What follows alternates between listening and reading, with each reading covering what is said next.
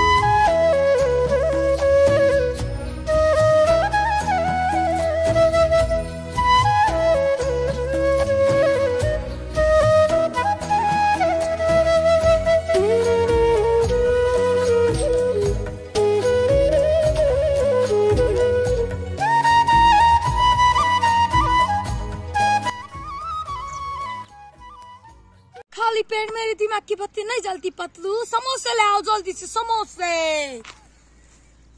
ये लो मोटू समोसे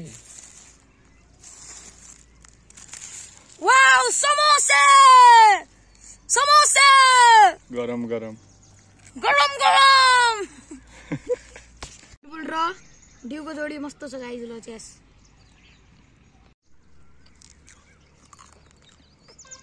ल गाइस हेर्नुस् हामीले यो खाएको सबै आफ्नो फोहोर त्यो हैन त्यो समस्याको र्यापर दिनेहरु सबै हामी यो डस्टबिनमा फाल्ने यहाँ तपाई पनि यस्तै यो यहाँ जथाभावी त्यता फोहोर फाल्न पाइदैन हैन यहाँ खाली राशन तर मन्दिरलाई इज्जत दिएर सम्मान दिएर राख्ने हो अब हामी तल गएर डस्टबिनमा फाल्ने छौ गाइस यो चाहिँ त्यो दुधेश्वर डाँडा हो अनि यो चाहिँ कोट भैरव हैन इन दुईटाको बीचबाट एउटा हाइवे जान्छ अछाम बाजुरा कर्णाली प्रदेशतिर जान्छ हैन अनि माथि त्यो मन्दिर पनि छ एउटा हामी पहिला त्यहाँ जाने गर्थे हैन म यत्रो थिएँ म त्यतिखेर त्यहाँ जाने गर्थे अनि फेरि यो बीच यहाँ चाहिँ एउटा नदी पनि छ सानो सुक्या जस्तै छ तर पानी चाहिँ गइरहेछ बिस्तारै बिस्तारै हैन अनि तल एउटा त्यो हाइवे छ त्यहाँ हामी अब गइरहेका छौँ तल चाहिँ यो नहर देख्नु भएको छ यो चाहिँ द्वारी खोला हैन अनि मेरो पछाडि जो गाउँ देख्नु हुँदैछ त्यो चाहिँ चिसापानी हो यता चाहिँ खेती धेरै हुन्छ यहाँ त्यसैले मान्छे यहाँ चिसापानीमा आएका छन् हैन ल हस्त हामी अगाडि बढौँ अब बढौँ अब चाहिँ हामी फर्किरहेका छु गाइस यो त्यही हो मैले बताएको थिएँ नि यो ढुङ्गा सार्पो गरेर बनाएको छ यो त्यही घर ढाकाको हैन अनि अब हामी पल्लो डाँडा गइरहेको छु तल झेलेङ्गे पुलबाट काटेर हैन र त्यतिखेरसम्म हामीहरुसँग जोडिराख्नु गाइस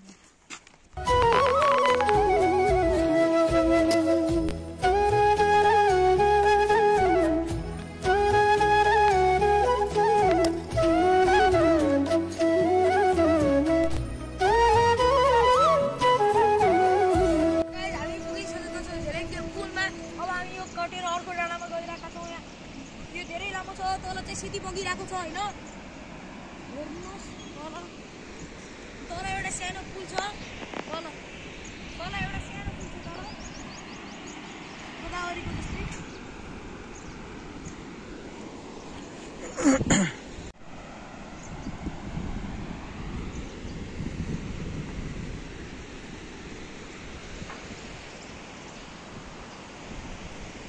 तल गाडी धुइरहेछन् गाई होइन, यहाँ नहरमा लिएर। अब यसलाई नहरै भनौँ, सेतीको साइडमा तल नहरमा गाडी धुइरहेका छन् तल। अब यो ठिकै राम्रै हो भनौँ, गाडी पानीको खर्च नगरेर राम्रोसँग यहाँ आएर गाडी धुइरहेछन्। यसलाई राम्रै भनौँ, यसलाई हामी नराम्रो भनेका छैनौँ। अब हामी तल यहाँ कपडा धुइरहेछन्, तर कपडा यहाँ आएर फेरि यहाँ टोइलेट गर्नु भएन होइन गाइज। यो चाहिँ सरकारी होइन, सरकारी टोइलेट चाहिँ उहाँ बनाएको छ बस्तारतिर, सब ठाउँ हुन्छ। जताभावी टोइलेट गर्ने होइन, ल अगाडि बर हामीसँग जोडिराख्नु होला। यति नदी चाहिँ आज काली भएको छ, यसमा सायद हल्का चियापत्ती परे जस्तै छ है गाइज। यो सेतो थियो, अब यसलाई चियापत्ती परेर यसमा कालो भएको छ।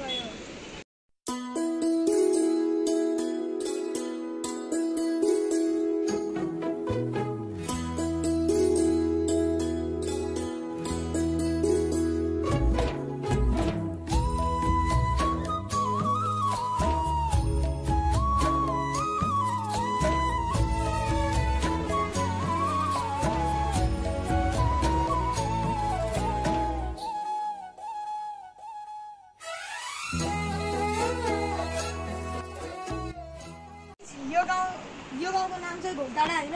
यो चाहिँ हाम्रो सुरेश भण्डारी दाईको गाउँ हो। दाईको चाहिँ पिपल्लामा 3वटा ग्यारेज छ। केही तपाईँको बाइक, स्कुटी, जिप, भ्यान तिनीहरू बिग्रियामा हामीलाई सम्पर्क गर्नु होला। नम्बर चाहिँ तल राखिदिएको छ। गाइज यो मन्दिरको नाम चाहिँ दुधेश्वर किन राखिएको म तपाईँलाई भन्दैछु। किन राखिएको कि सतीदेवीले चाहिँ आफ्नो प्राण आगोमा त्यागेपछि अनि शिवजी भगवान आउनुभयो।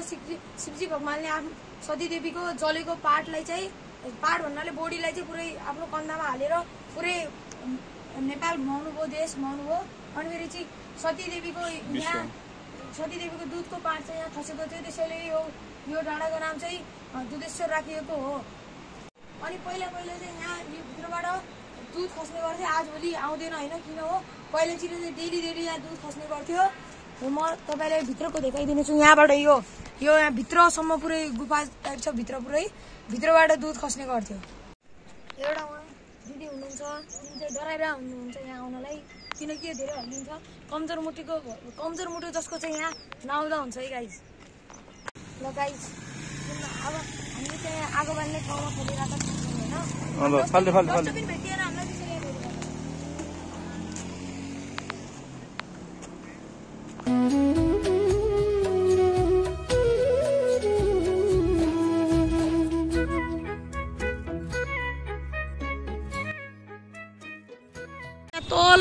तलबाट चढे, यहाँबाट तलबाट चढी त्यो डाँडामा पुग्यो माथि।